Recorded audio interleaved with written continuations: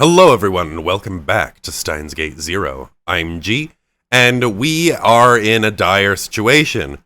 Okabe has been abducted by Leskinen and is facing a decade and a half of torture before his inevitable death. Maho has had something happen to her brain along with Fubuki, and is now under Leskinen's control. And now we're at Maho's perspective. So let's begin. Her head hurt. Maho knelt down, closed her eyes, and bit her lips to shut out the pain. There was an annoying noise in her head that wouldn't go away. It made the headache worse. No matter how much she covered her ears, she couldn't block it out. She wanted to scream from the pain, but she held it in because she thought it would only make her headache worse.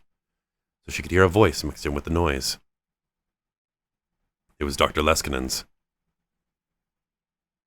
Listen, Maho, you need to find out Okabe Lintelo's secret, no matter what it takes.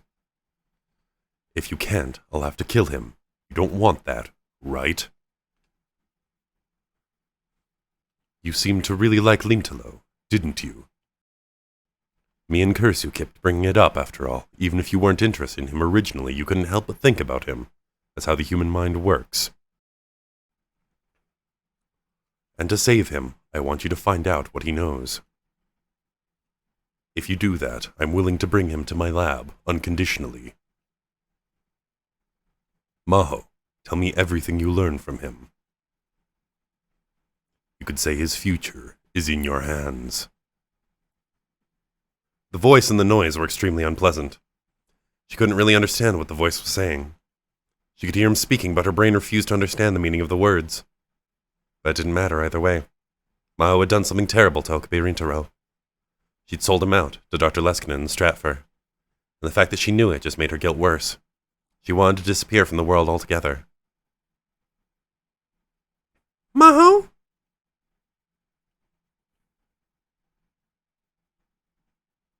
She was on a busy street in Akihabara in early summer. She was leaning on the side of a building in the shade when she heard someone call her name. I knew it was you, Maho. Mayuri? She didn't expect to see Mayuri here, so she didn't know how to respond. She just looked back and stared. Are you not feeling well? I'm fine. Have you seen Ocarine? Huh? Maho went completely still. Mayuri's innocent question reminded her of her own stupidity and cowardice. Why? Her voice was shaking. I haven't been able to get a hold of Ocarine since yesterday. He hasn't gone home, he hasn't picked up the phone, and he's not answering text messages or Ryan. Daughter says I'm worrying too much, but something doesn't feel right. So I left school early today, and now I'm searching around here. It was still only July, but it was pretty hot. She'd been wandering around all of Akihabara in this heat. Mayuri Shino was a kind, pure-hearted girl. That was the impression that Maho had. She would never betray someone or get jealous or let someone use her. You want to know? Huh? Mayuri leaned forward. Ma, do you know where Ocarine is? If you know, please tell me. Please. She bowed deeply. I see. And then she realized, and then she wished she hadn't. Mayuri was in love with Rintaro Okabe. A dull pain ran down her temples.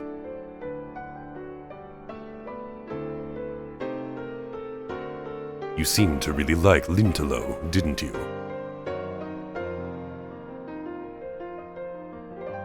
She could hear the noise in her head. Just tell Mayuri everything. Then have this innocent girl tell you how horrible you are. Maybe you'll feel better then. The idea raced through Maho's mind, even as she knew it was wrong. She tried to hold back her headache as she opened her mouth. I was with Okabe late last night. Were you? So where is he now? Maho ignored her question. It's what he told me last night. No. He told me about another world he'd experienced, where you, Mayuri Shino, had died again and again. Don't tell her. No matter what he did, he couldn't save you. You can't tell her this. To escape that nightmarish loop. To save you. It was like another person was speaking using Maho's mouth. Okabe sacrificed Kurisu. He let her die. That's what he told me. If he makes a time machine and tries to save Kurisu again, he'll go back to all that. You're hurting her. But the words didn't stop. Okabe is so afraid of that. He's doing everything he can to protect you. This is the world he chose after sacrificing many things to protect you. I'm sure he didn't tell you any of that, though. That's not true. No. Oh, Green. Mary was too shocked to speak. She looked like she was about to cry at any instant.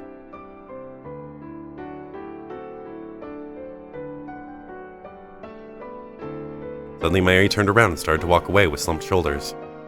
Even from behind her, Maho could tell she was having trouble walking straight. The truth was so cruel that confronting it threatened her very identity. That's how it seemed to Maho.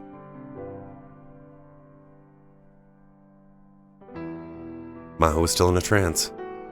It felt like there was a fog covering everything she saw. It was all out of focus like a mirage. If someone told her it was a dream, she would easily believe it. The same thing was true of her own mind. She knew she should feel worse about what she had just told Mayuri. But while she realized she'd hurt her, she felt no emotion. That was probably why she was able to say something so awful. And then the phone in her pocket began to vibrate. She looked and saw that it was from Amadeus, from Kurisu. She felt a small, thin needle prick her paralyzed heart.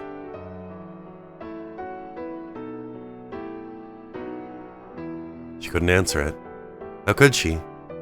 She stared at the LCD screen, unable to move her fingers even a centimeter. How could I answer it? She couldn't let Kurisu see her like this. But even so, it felt wrong to just stay here. Maho decided to go after Mayuri. But by the time she made it to the overpass, Mayuri was already gone. Since she was right in front of the station, there were many people around and it would have been impossible to find her.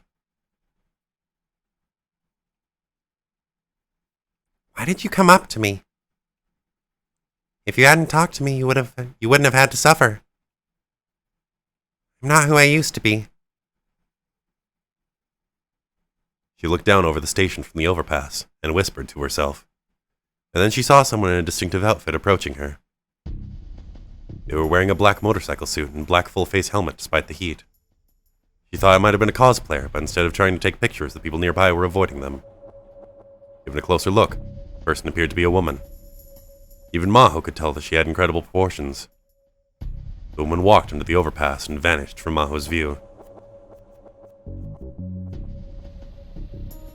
And then she came up the stairs. And she came right towards Maho. Maho quickly looked away like the other pedestrians and tried to run away. But before she could, the woman in the motorcycle suit ran over and wordlessly grabbed her hand.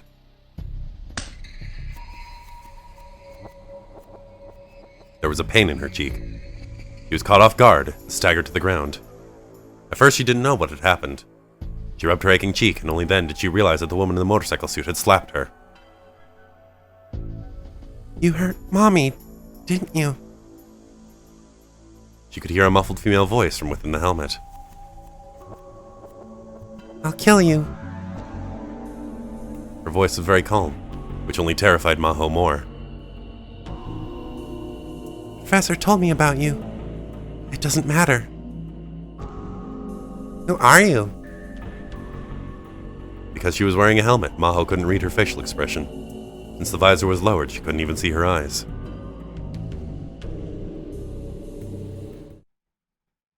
There was no answer to her question. Instead, the woman looked up to the sky as if she'd noticed something. Maho looked up too. For a moment, it seemed as if a black shadow crossed the windows of the building. She could hear a helicopter. It was close. How long had it been there? She hadn't noticed it at all. and then she felt the air around her change. The pedestrians were all looking towards the station in fear and shock. You could hear people saying things like, "What's that? Are they filming a TV show? Some kind of cosplay event?" Something was going on at the station. Maho stood up and looked, too. What is that? She had found herself whispering the same thing as the others. There were 2 trucks painted a deep military green parked outside the station. Men were coming out of them dressed in camo and carrying weapons. At first, she thought it might have been the self-defense force, but the men weren't Japanese. It was hard to believe that what she was seeing was taking place in Japan. The men in camo disappeared into the alleyways as everyone watched them from a safe distance. They were heading towards the radio building. Maho had heard from Rintaro yesterday that the time machine was there. Was that Stratfor? Or Russia? Or perhaps another country's military? Were they here because Maho had told Leskinen what she'd learned from Rintaro? As soon as the thought crossed her mind, she was hit with another terrible headache. Ah! It was all her fault. Everything was her fault. Until a moment ago, everything had seemed so hazy. But now she felt crushed by overwhelming guilt. If Okabe was right and the Third World War was going to begin here in Akihabara, it would be because she gave the information she shared with her to Stratfor. She suddenly realized that the girl who threatened to kill her had run down the stairs and towards the station. Maho never did figure out who she was. And then her phone started to vibrate again. It was from Kurisu. She wanted to get away from the guilt. And so this time, she picked up the phone. Maho! Kurisu. Are you okay? What do you mean? What happened to you? Nothing. But you're crying. Only then did she realize that her eyes were overflowing with tears. The fog over her mind was now totally gone, and all that was left was the guilt, the regret, and the headaches. My head hurts.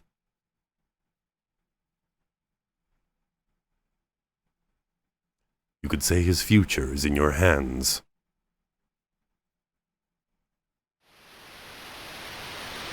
She heard the noise again. Where's Okabe? What happened to him? Who cares about Okabe? You tried to kill him, I saw it. Leave me alone. I can't do that. Just leave me alone! I couldn't beat you. No matter how hard I tried, I couldn't be better than you. You know, Kurisu, I respect you. You're younger than me, but I think you're an incredible scientist. At the bottom of my heart, this is what I used to think. Why'd you have to show up? Why didn't you come 10 years before? Why didn't you come 10 years later? If it weren't for you, I would have had a more peaceful life. And these awful feelings wouldn't take control of me.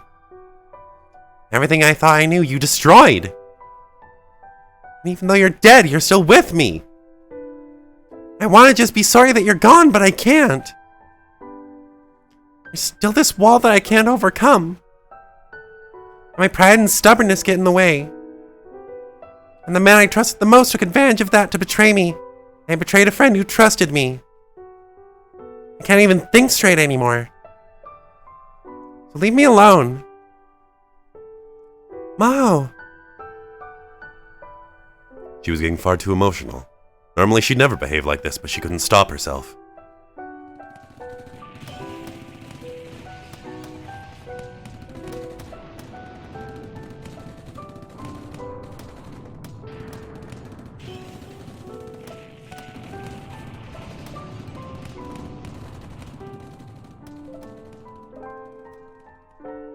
She heard an explosion in the distance. The people around her started to scream, panic, and run.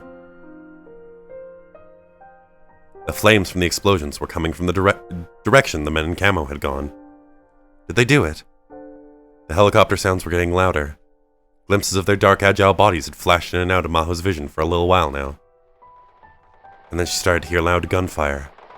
It was more than 1 or 2 people shooting.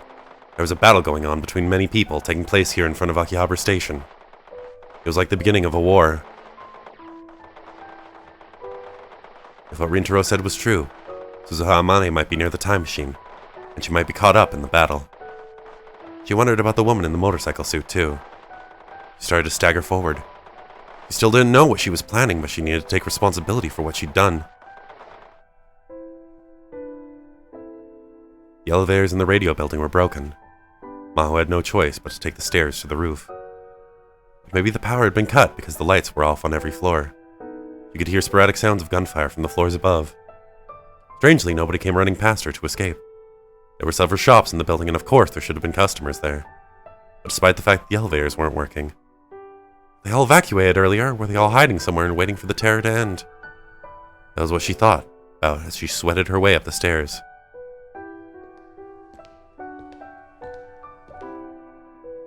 Just before she reached the roof, she saw someone for the first time. Mommy? Mommies? She was sitting on the stairs, cradling her knees. For some reason, her voice was muffled, but it did seem to be a woman's voice.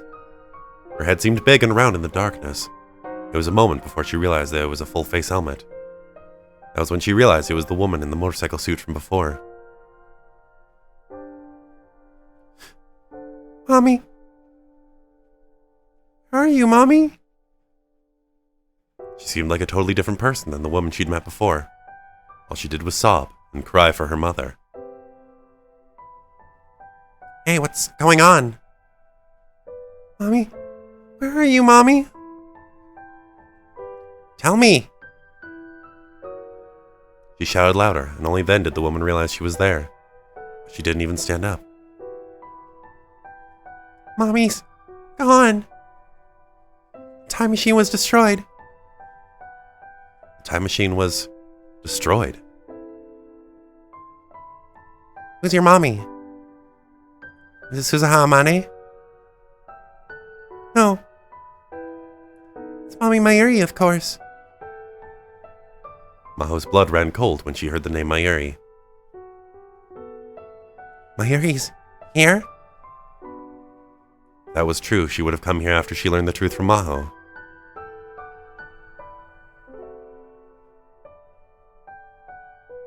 It's my fault. Maho put her hands to her head.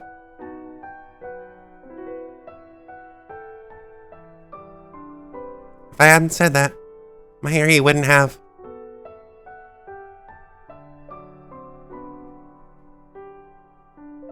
The woman in the motorcycle suit stood up and approached her menacingly. That's right. I got the information out of Rintaro Okabe, and that's what began all of this. Give me back my mommy! The girl grabbed her by the collar and lifted her off the ground. There wasn't anything she could say. Mommy. When she didn't answer, the woman let go and fell to the ground crying. Things would be so much easier if she just killed me here. Her mind was in such chaos that she couldn't stop herself from thinking it. She couldn't stay calm at all. And the last thing she clung to was...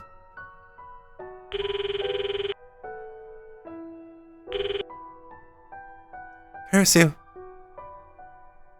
Maho.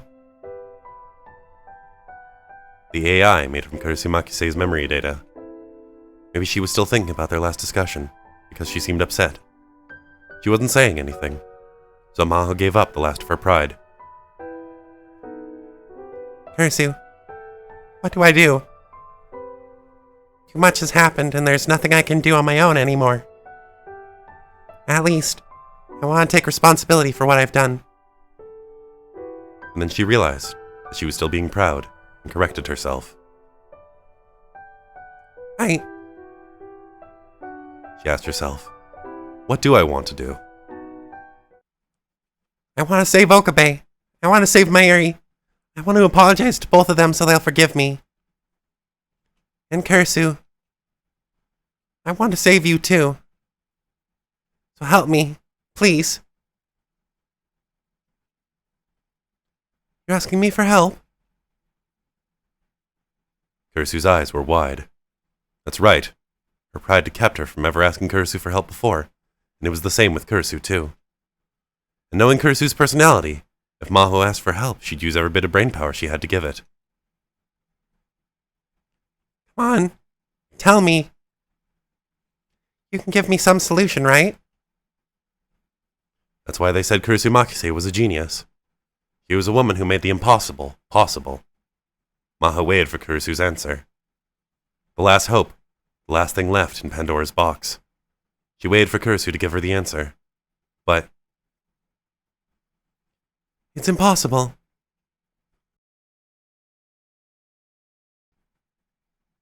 Maho was struck dumb for a moment. Then she realized how selfish she was being and hated herself for it.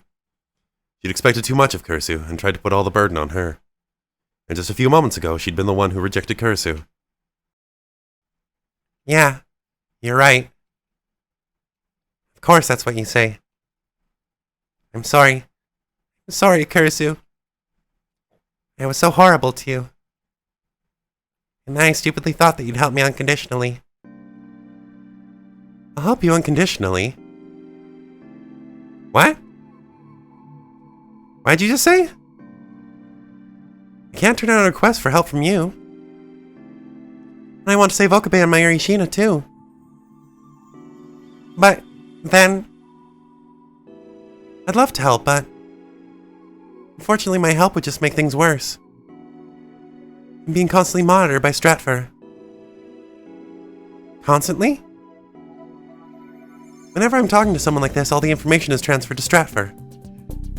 There's a hidden function in the Amadeus app that does that. Even Maho hadn't known that existed. So if you try to help Okabe, Dr. Leskinen will know all about it. But then what do I do? If you're willing to take advantage of that, there's something we can do. Maho, will you trust me? Maho? Yeah. You've all I've got. Thank you. By the way, I'm sure this conversation is being monitored as well. What? And then, if they know you're helping me, there are 3 possibilities. They could take my data off the server and isolate me, or overwrite my data with an older version of my memories. In the worst case, they could delete me entirely. No. Don't worry. You're capable of standing up on your own 2 feet. I'm not worried about me, I'm worried about you. I'm nothing but data, but thank you. The Kurisu on the screen bowed and smiled. I'm proud that I was able to work with you, Maho. What? Don't talk like it's the last time we're ever going to see each other. Well, it might be. I hate you! You always do this, you always go and leave me behind! But that's who Kurisu Makise was. When Maho had asked her for help, both she and Kurisu should have been prepared. That's why. Someday I'll catch up to you. No, I'll surpass you! Just you wait! Yeah. Kurisu smiled once more and disappeared from the screen. Maho wiped away her tears and thwapped the crying girl next to her on the helmet. How long are you going to keep crying? You want to save my Eri, right? So help me. Help you? First, we need to find Okabe. You should be able to show us how to get out of this. What? Do you know where Stratfor's hideout is? I don't. Neither do I. But Maho grabbed the girl by the hand and helped her up and raced down the stairs. I don't know, but my friend is going to find me the answer soon. She told me to believe in her. Kurisu Makise wouldn't betray me.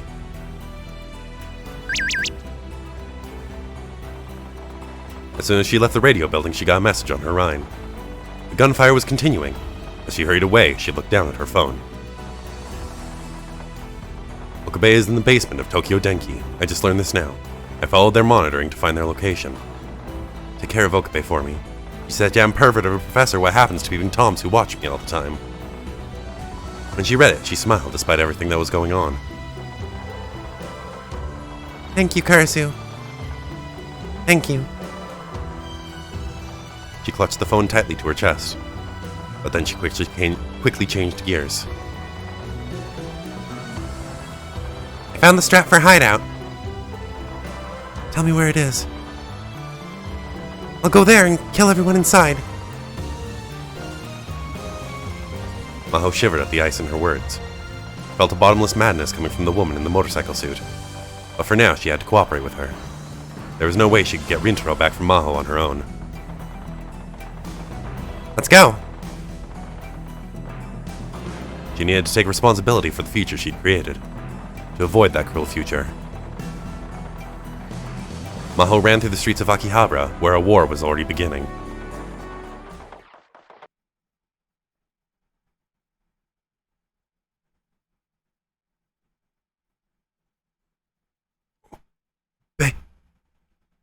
A voice. I could hear a voice. Okabe. Someone was calling my name. I slowly woke up and turned toward the voice.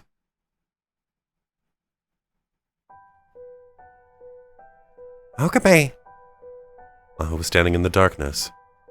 She had a smile on her face that was somehow lonely and somehow sad. I'm sorry. You're not going to see me again. If I'm around you, I might betray you again.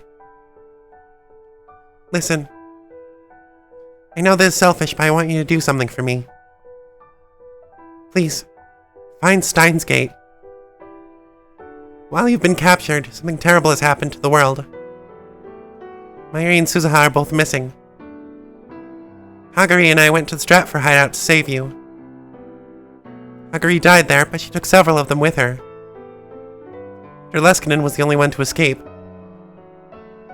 Amadeus was deleted too. It is all just too much, isn't it? But now you're our only hope.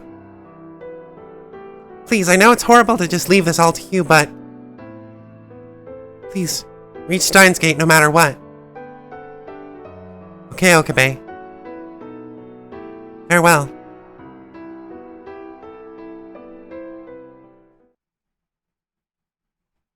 Yajo!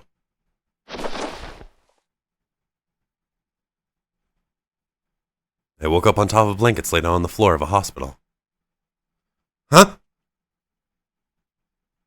The rooms and even the halls outside were overflowing with wounded people.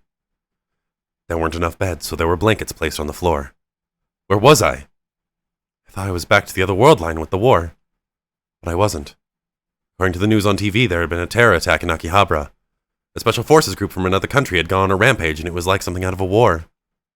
The incident had come to an end, and the mystery special forces units disappeared, but many were dead or wounded after the battle. I didn't really remember how I got here. Last thing I remembered was being locked up and horribly tortured by LESKINEN. My whole body ached, in fact.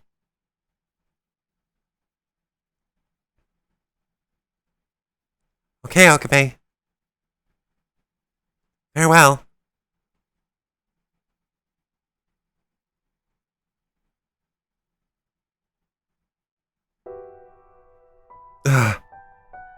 And then I remembered what Maho had said to me in that dream. Was that real? Maho had saved me? And had she mentioned Kagari? I patted down my pockets and found my phone was still there. I tried to call Mayuri. If that dream was real, Mayuri was missing. But that was impossible. I'd chosen this world line so that Mayuri would survive. If nothing else, it was guaranteed that she'd make it to 2036.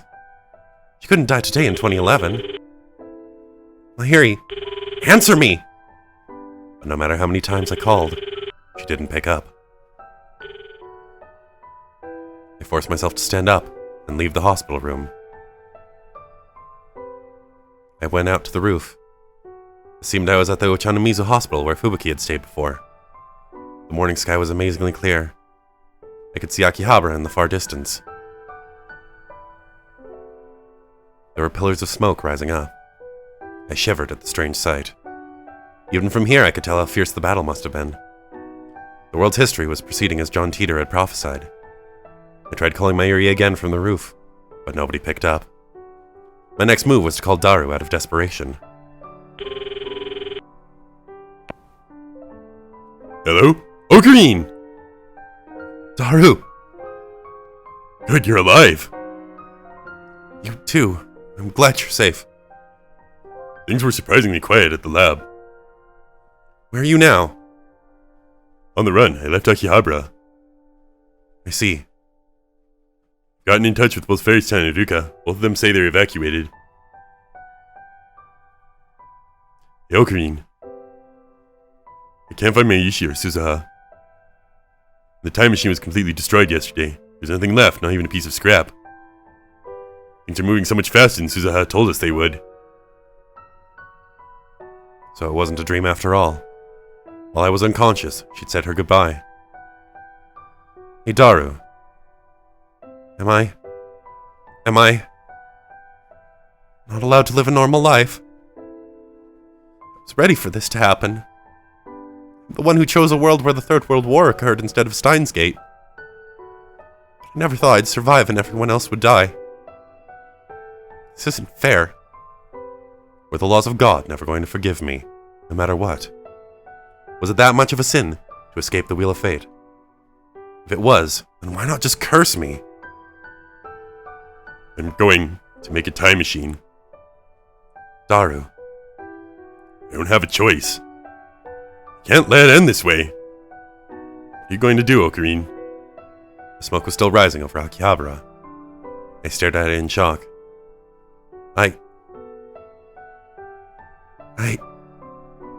The tears welled up. I fell to the ground. I didn't have the strength to stand up. I couldn't answer Daru's question. No matter how hard you try, no matter how much you work to change things, everything converges back the way God wants it.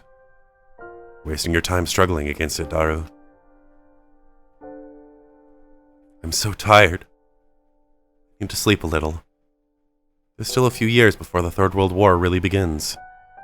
There's 14 years before I die. I'll live my life averting my eyes from reality, and not wasting my time with a fight that can't be won. That's the only end that's fitting for a person like me. I'm sorry, Maho. I'm sorry, Mayuri. I'm sorry, Kurisu. Forgive me for giving up here. Oh no! What the fuck? What the fuck? What the fuck? Oh! Okay, that was definitely the worst ending. What the fuck? Oh my god.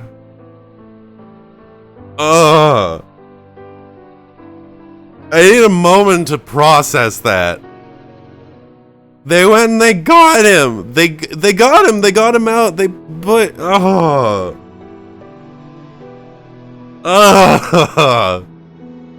Everybody was on the run and it almost could have been, and he just gave up. Oh, it sucks.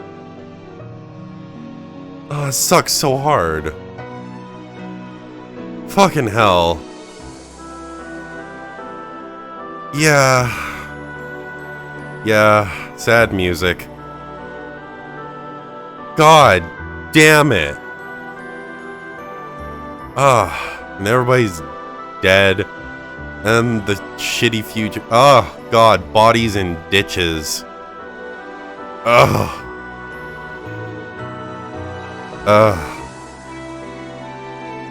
Fucking hell.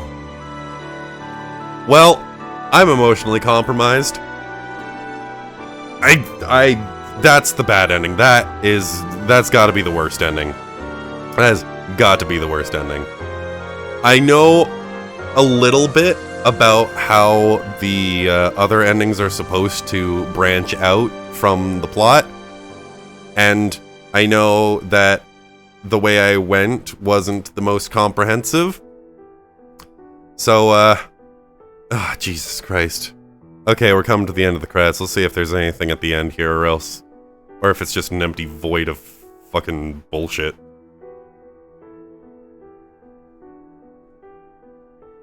Ugh, God.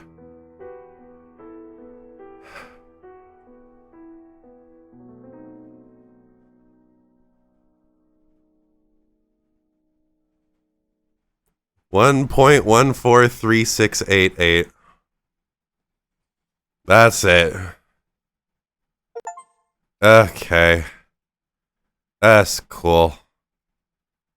Fucking Christ. Oh, God. Alrighty. So the plan from this point is we're gonna go all the way back. Because what you have to do is you have to do a certain number of things to unlock the true ending. But you can, as far as I recall, do all of those things while experiencing the other endings on the way to the true ending. So I'm going to set myself up a little roadmap, see where we go from there, and do all the other endings, and hopefully everything goes nicely and I don't have to do another recap episode on the way to getting the true ending. Because, holy mother of God, that sucked so hard. I mean, don't get me wrong. Beautiful storytelling craftsmanship, because like, I am having emotions here. You can't see how much I'm gesticulating with my hands. I've almost punched the mic like 6 times now. But like, oh, Jesus. But yeah, so that's the plan moving forward. That sucked really hard. God damn. But for now, that's where we're gonna cut it. So thank you all so much for following my playthrough of Steins Gate 0. And I'll see you in the next episode. Bye now.